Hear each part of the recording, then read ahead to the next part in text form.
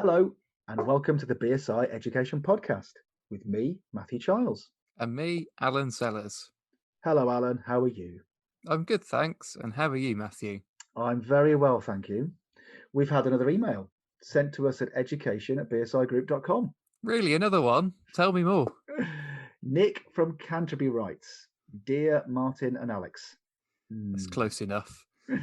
I've recently started a PhD looking at the history of architectural and structural engineering standards. That sounds really interesting, Nick, and maybe, Alan, something we should pick up on for a future episode. Yeah, I think so. Anyway, I digress. Nick continues.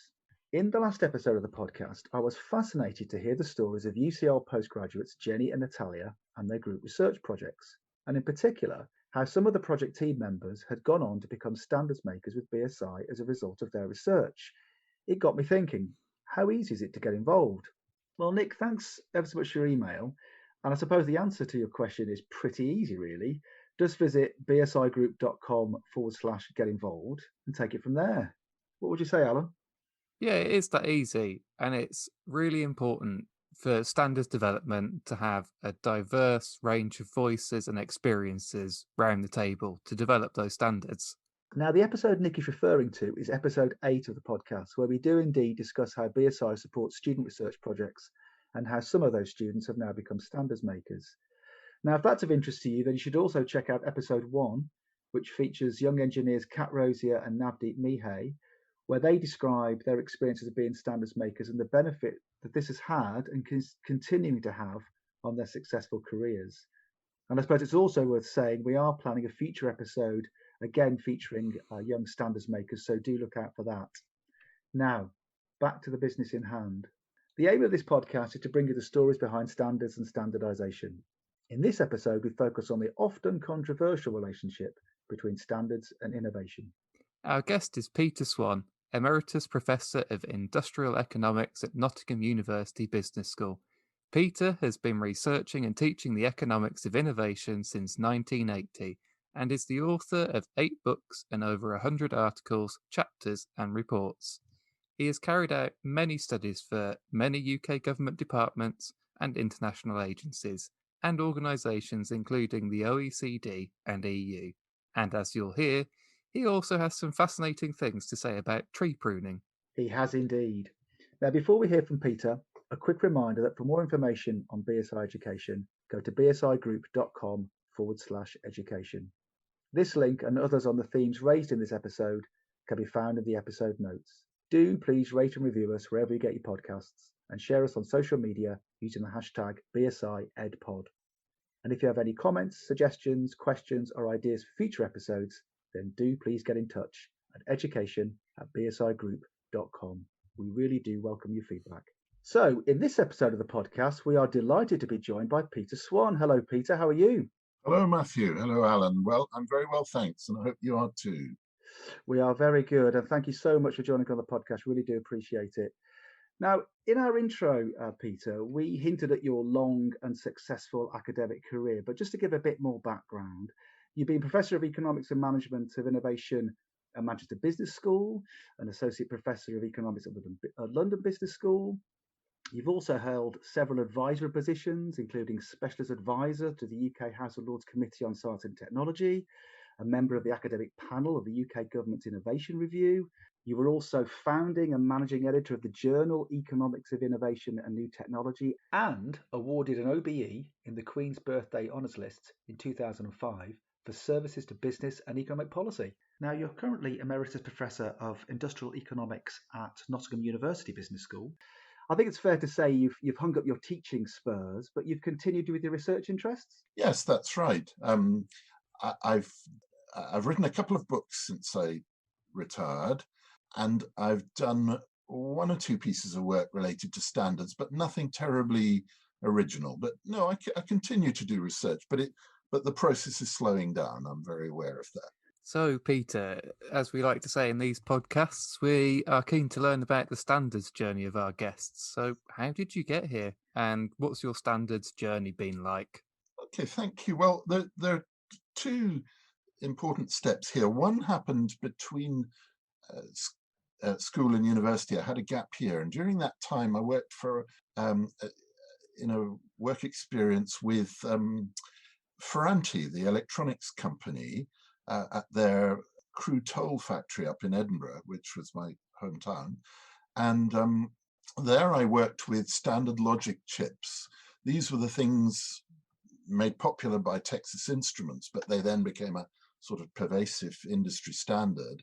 And my job was to sort of test old circuit boards and, if necessary, repair them by putting in a new chip from these standard logic chips. So I learned very early what an incredibly clever idea it was. It was sort of a bit like playing around with Lego, except that instead of just creating a little toy house, you could actually create a board that would go into a computer. The second step really was with my PhD. I mean, it started off doing some economic theory. This was at London School of Economics, but then my supervisor wanted me to come up with an example where there were very rapid rates of product improvements in product quality. And I thought, what with Moore's law saying that the number of components per chip was doubling every year, standard logic or microprocessors, as it was by then, seemed to be the obvious case study to look at. So that's how I got back into working on electronics. And of course, at the moment you start researching microprocessors and PCs, the whole area of standards comes up again. And so it's really always been on my agenda since then.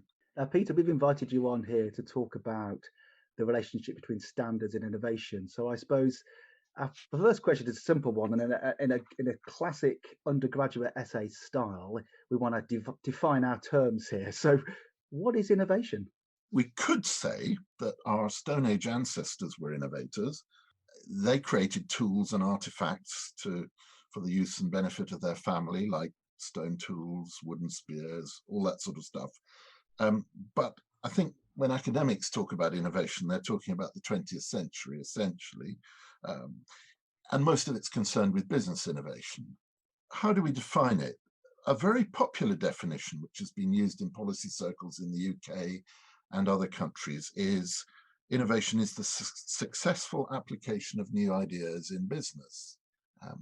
I would, 40 years later, I'd modify that slightly to the successful new application of ideas in business. The key point I'm getting at there is it doesn't matter if the ideas are old, the point is that you apply them in a new way.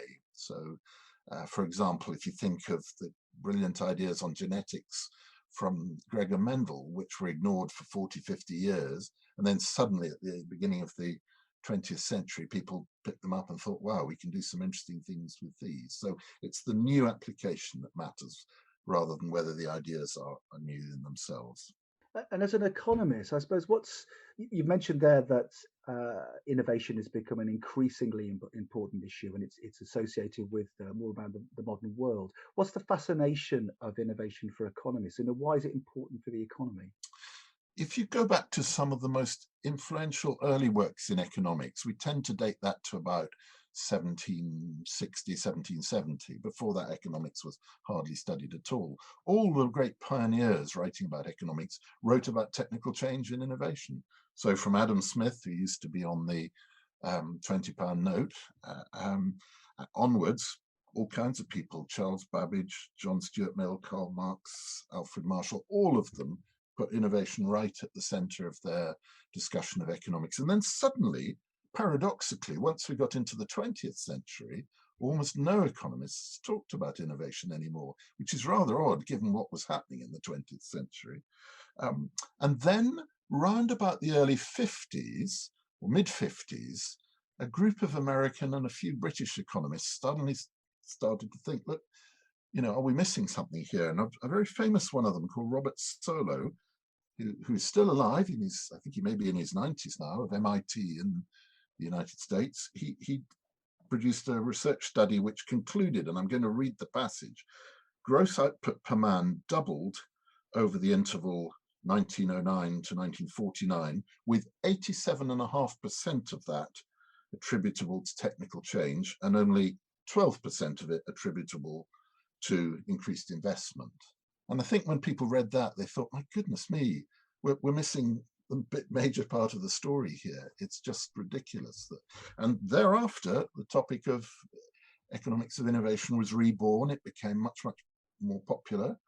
And when I started researching it, late 70s, there weren't a lot of students doing it, but it became much, much more popular. And now it's probably one of the most active areas of industrial economics, probably the most active. Innovation important for the economy. I think there's a general acceptance of that principle. But what happens if people and organisations don't innovate?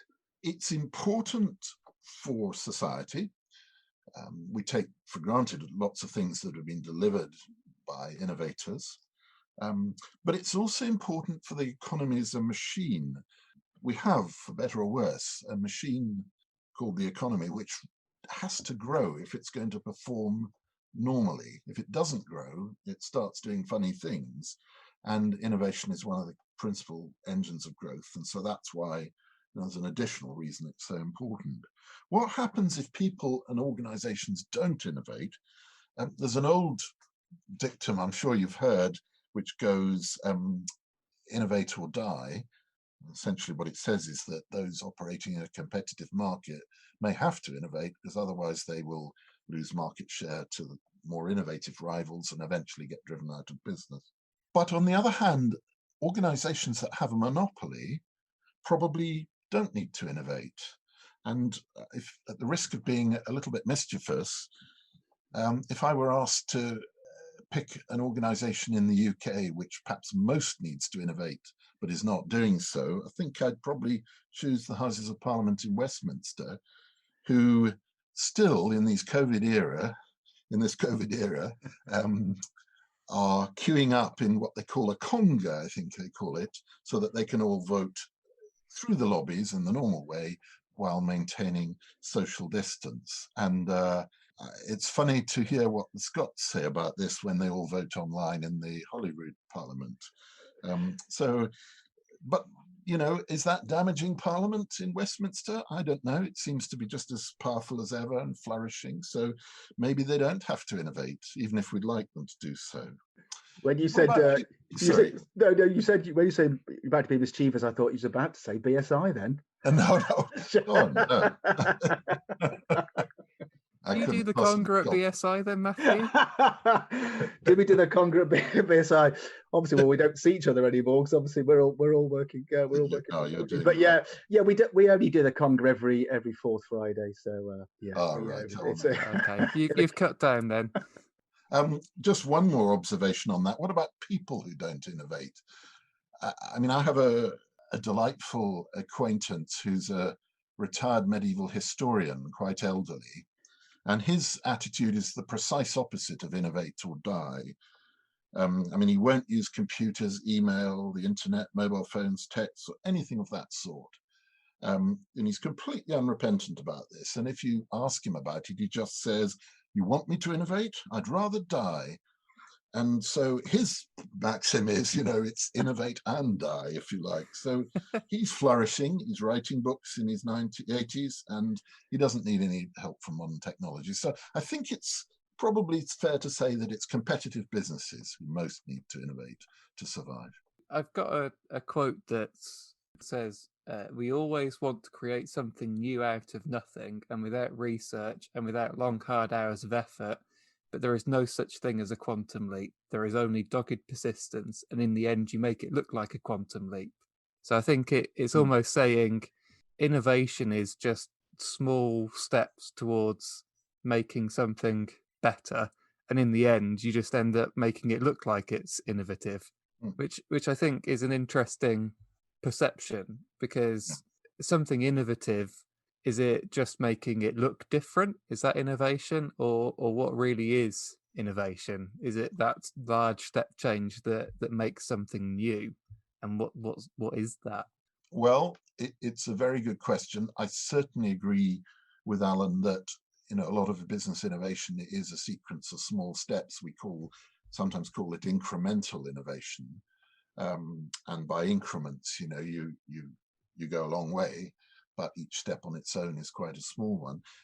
As to the answer as to which is it, there's a fudge in the same way that some other sciences have a bit of a fudge on this. We tend to say now, amongst economists, we don't just talk of innovation, we talk of innovation with an adjective in front of it. So, radical innovation will be the invention of the microprocessor, let's say, or the integrated circuit. Incremental innovation will be, a slightly bigger memory chip with, more densely packed memory. And then we talk about responsible innovations, where the innovator is not just concerned in making a quantum leap technologically, they're also trying to take account of how this is going to fit into a particular business or social setting and so on. And we have a stream of adjectives we use. And that way we sort of fudge the difference. So yes, innovation can be very small. It can also be very big. And we use different adjectives to describe those. That's a nice segue for us, actually, Peter, because you mentioned their responsible innovation, and I didn't ask you to mention it, but BSI has produced a new standard on responsible innovation called PAS 440, and we will be covering that on a future podcast, won't we, Alan? We will. On that with colleagues at Innovate UK and colleagues at Edinburgh University. So that's coming up in a few weeks' time. Well, on standards, then, I mean, we've asked you to come on to talk about innovation, but also the relationship between standards and innovation. And I think it's fair to say that it's an often controversial one, or one that is misunderstood. So I suppose getting right to the heart of it, I mean, do they enable or constrain innovation? Well, it is the heart of it. It's a key question, and it's one of the questions that the Department of Trade and Industry asked me when they got me to write that survey in the year 2000 of what we know about the economics of innovation. And they said, you've really got to come up with an answer to that. Do standards enable or constrain? And I think at that time, there was in the policy world a view that it's a bit of either or. Either you get good standards, which don't constrain very much, and which support innovation, enable innovation, and that's healthy, or you might have less good standards or even bad standards which do constrain a lot and don't actually do very much to enable innovation. And that, I think, was the prevailing view. But I have to say, the more I looked at what research had been done, that simple view was too simple. First of all, some standards neither enable nor constrained. And I'm referring here to standards, this may be more common maybe in Germany than in Deutsche Institut für Normung than in the BSI, but these are standards which, if you like, sort of rationalize what's already going on ex post. You look at industry standards that already exist, where people have done innovations based on that, and then you say, well, let's codify all that and explain what's going on. And almost by definition, a standard of that sort, which is retrospective, is unlikely to constrain very much because things have already happened. And it's also unlikely to promote any more innovation because the innovations have already happened. So that at least exists. More controversially, however, there was a view around in the 1990s amongst economists, though I don't think some policymakers were so keen on this, that actually standards may constrain and enable at the same time. And almost standards enable because they constrain something else. So it's, if you like, people might do two sorts of innovation. One that is natural but not necessarily leading anywhere, and another which is what you really want to encourage.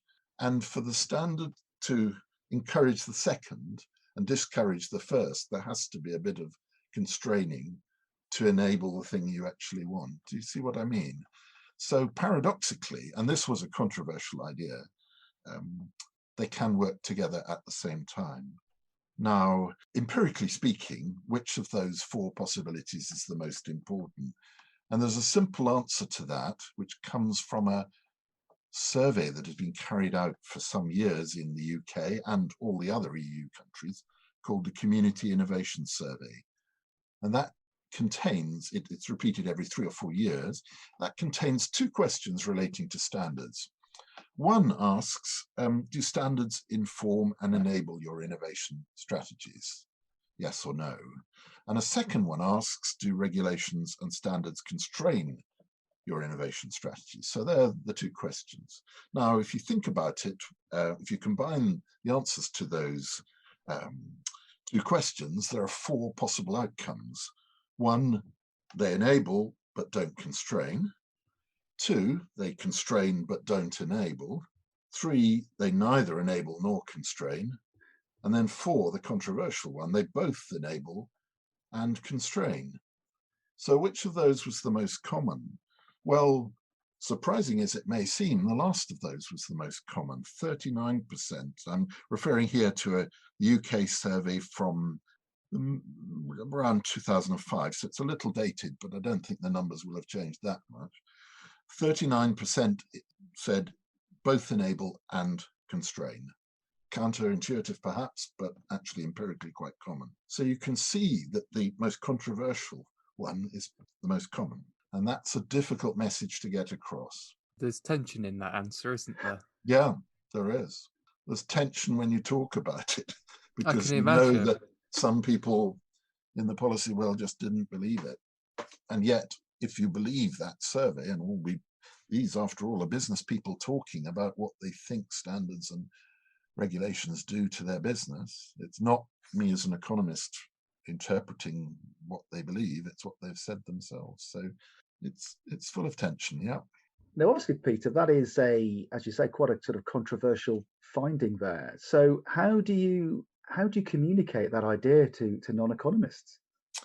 Well, the Department of Trade and Industry put that result and some others produced by other researchers into a press release, which they sent out to newspapers, and that provoked a headline in one of the newspapers. I can't remember if it was the Telegraph or the Scotsman, which said, "Academics claim that red tape is good for business." And it was a very telling response, because it was really people saying, what you're saying is counterintuitive. Do we really believe what these academics are telling us, or is this just fantasy? So the challenge, therefore, was to find a way of making that controversial idea appear a bit less controversial. And I was a bit stuck on this until I thought maybe I could use my interest in gardening and growing fruit trees to provide a nice analogy which will help us here. And you'll know, both of you, that there's a famous episode in the history of science where one of the great scientists of all time was greatly inspired by an apple tree, and what he discovered became very important. Is this your Newton moment, Peter? Well, I mean, I'm not sure I'm capable of a Newton moment, but I'm certainly referring to Sir Isaac Newton watching, as a young man, the apple falling from the apple tree and at his home in Lincolnshire, and then thinking, right, that's gravity done now. I've sorted that. My Newton moment, or apple tree moment anyway, was a bit more modest, let's be honest. But I was sitting in the garden on a very sunny day and observing all the apples on the apple tree, and I was very pleased about that, because I'd done some very careful pruning in the previous couple of autumns, winters, to try and improve, the growth of apples on the tree. And I had reason then to reflect a bit about what you do with why pruning has this beneficial effect. I mean, as a non-biologist, I thought, why is it that natural selection doesn't just teach trees the best way to grow so that they maximize the amount of fruit that they grow? But actually, for many centuries, we humans have been pruning trees to increase the productivity of fruit. So why is that? And then it suddenly occurred to me there's something similar here with the standards result, which was so controversial. So when I prune a tree, I am, in a sense, trying to tell the tree, don't innovate by putting on too many side shoots and new twigs and so on, because we don't want those. Instead, put your effort into the other sort of innovation that you're so good at, which is growing apples. So in a sense, the fact that you constrain is essential to enable the innovation you really want. So you constrain one type of innovation, if you like, to ensure that the one you really want actually takes place. And therefore, in that context, and okay, it's a completely different context, the idea that standards, or pruning in this context, both constrain and enable is really not that controversial at all. So that idea went down actually very well with the policymakers, some of whom said, yes, we like that, because most of economic theory we find pretty unpalatable, but actually that's nice and intuitive. The DTI economists, I think, were a bit more ambivalent, because they thought, well, yeah, it's fine as a sort of stepping stone, but can't you come up with a proper theory of economic theory of this? And yeah, I had to in due course. Well, took another 10 years. But there was one Treasury economist present at the meeting, and he didn't like it at all. He really disliked the analogy, and I can see why. However, a couple of years later, I met him at a standards conference in Berlin, and he told me that actually, although he hadn't liked it at the time, he could see why it was a useful stepping stone to help people understand that the idea that standards both constrain and some of the time both constrain and enable is actually not that crazy after all. So, Peter, that is absolutely fascinating. I just wonder, I suppose, responding to your last point there about a really useful analogy, but then how do you then turn that into something, an economic theory that would be sort of embraced or challenged by fellow economists? I wish I could say there was a simple answer to that. Unfortunately, it's a rather complex and messy answer. But the basic idea, there are two basic ideas. First of all, if you're looking for direct effects from standards to innovation, you plant a standard and then suddenly innovations happen, you'll be lucky to find that. It isn't usually like that. Much more often, the effects of standards on innovation are indirect. They go through a number of different channels. And I have a diagram which is too complicated to describe in complete detail, but the simple essence of it is we have three columns. On the left, we have the various aspects or purposes of standards. What is it they're trying to do? So some of them will describe a lot of codified knowledge that anyone in the industry would know.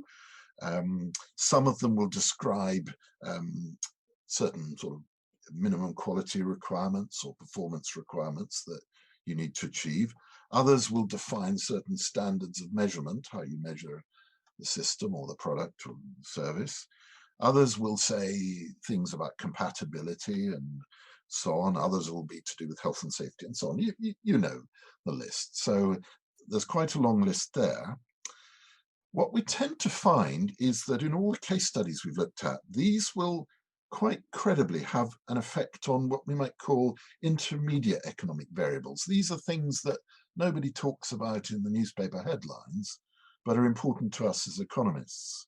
So, for example, one of the most important effects of standards, it seems to me, is on the division of labor. And that is something that we know in economics increases productivity. I mean, that idea goes right back to the foundation of economics with Adam Smith. Another very important effect is the ability to use standards to increase scale economies. And that's another very important intermediate effect in economics. We then have something we call network effects. That's not really a very difficult concept. It says that if you have an industry standard in information technology, that makes it very easy for small companies to come in and produce something that's compatible with that standard and adds on extra functionality. So, for example, if you think of our iPhones or Android phones, all those apps that you can download, many of those are nothing to do with Google or Android or anything else, but they've been created for that platform. Now, I know that's not a BSI standard, but nonetheless, it is an important industry standard, even if it's a proprietary one.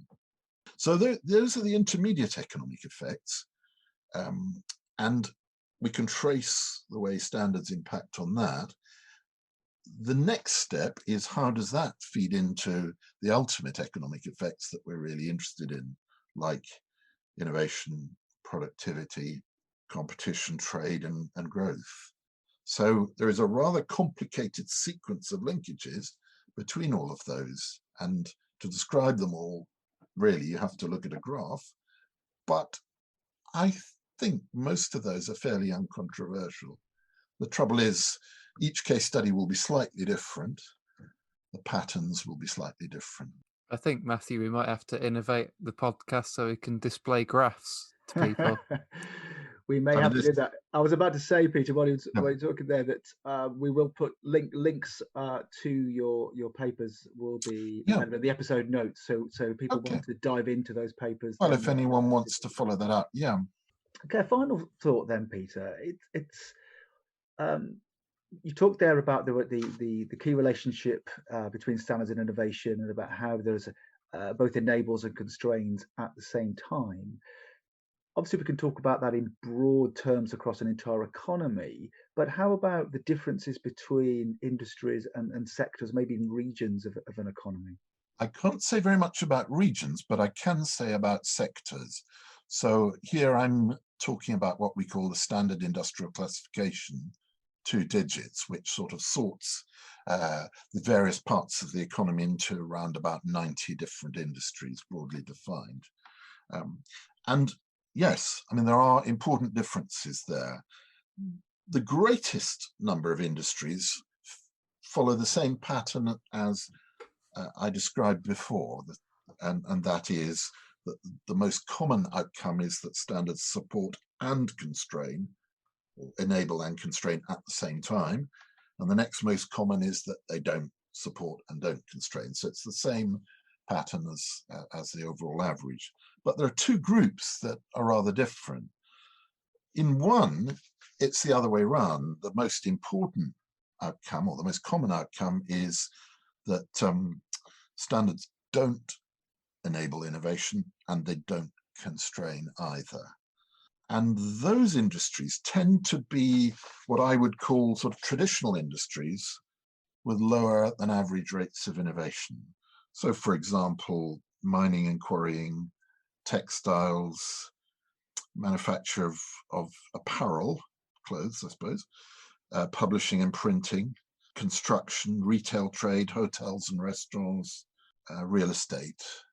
Okay, so none of which are particularly high tech. I mean, you might dispute that around the edges, but so with them, really, standards don't particularly constrain and don't particularly enable, but they're there for a purpose nonetheless. The other group, which is quite a small one, is in a sense at the opposite end of the spectrum. For this group, the most common outcome, again, is that respondents say, well, standards do enable, but they also constrain. And then the next most common response is that standards do enable, certainly, and they don't constrain.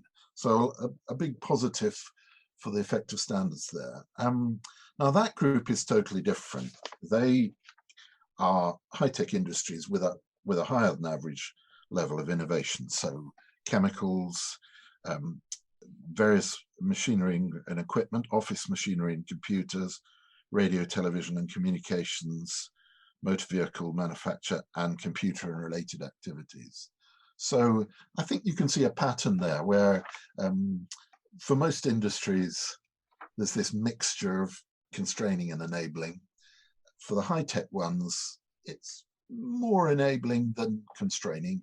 And for the more traditional industries, it's neither.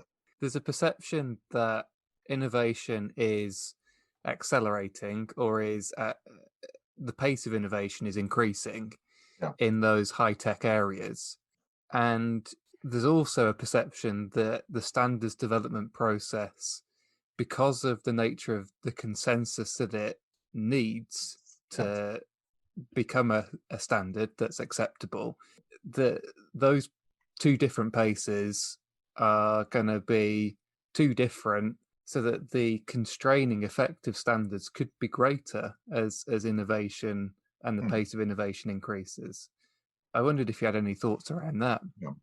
it's a very good point, and one that I have heard from several business people, and not just recently, 20 years ago even, that, there is a potential mismatch here. I think my response to it is a slightly controversial one. Many business people would say, well, standards bodies can't act fast enough to meet our needs. And I, as an economist, standing back and thinking, well, yes, the business interest is very important, but I'm interested in society as a whole, and that includes consumers, government, and society. Is it that standards bodies are too slow, or is it that the innovation process has got too fast? And I think there's certainly some industries where you do feel that the innovation process has got too fast for an awful lot of consumers, really. I'm sure every time a new bit of IT equipment comes out, there'll be some consumers who are delighted to have the latest version. And there'll be others who think, oh no, I've got to upgrade again, or I've got to use a slightly different version of the software. I wish they'd just slow down. I think you're entirely right about that. There certainly will be people that feel like that. I think the rush and the hurry that is around innovation that you can feel is certainly very acute. Peter, I think you've highlighted the challenge that all standards bodies face. BSI is no different, and in fact, it is just to plug the future episodes. We are going to be looking at the sort of future of standardization and how standards are developed, because I think it's a really important point and something I think that listeners will be interested in. You have been listening to an episode of the BSI Education Podcast. For more information on BSI Education, go to bsigroup.com/education. This link and others on the themes raised in this episode can be found in the episode notes. Do please rate and review us wherever you get your podcasts, and share us on social media using the hashtag BSIEdPod.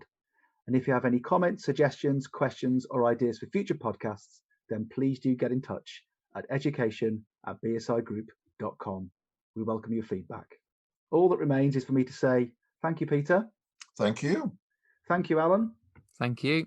And of course, to thank you for listening.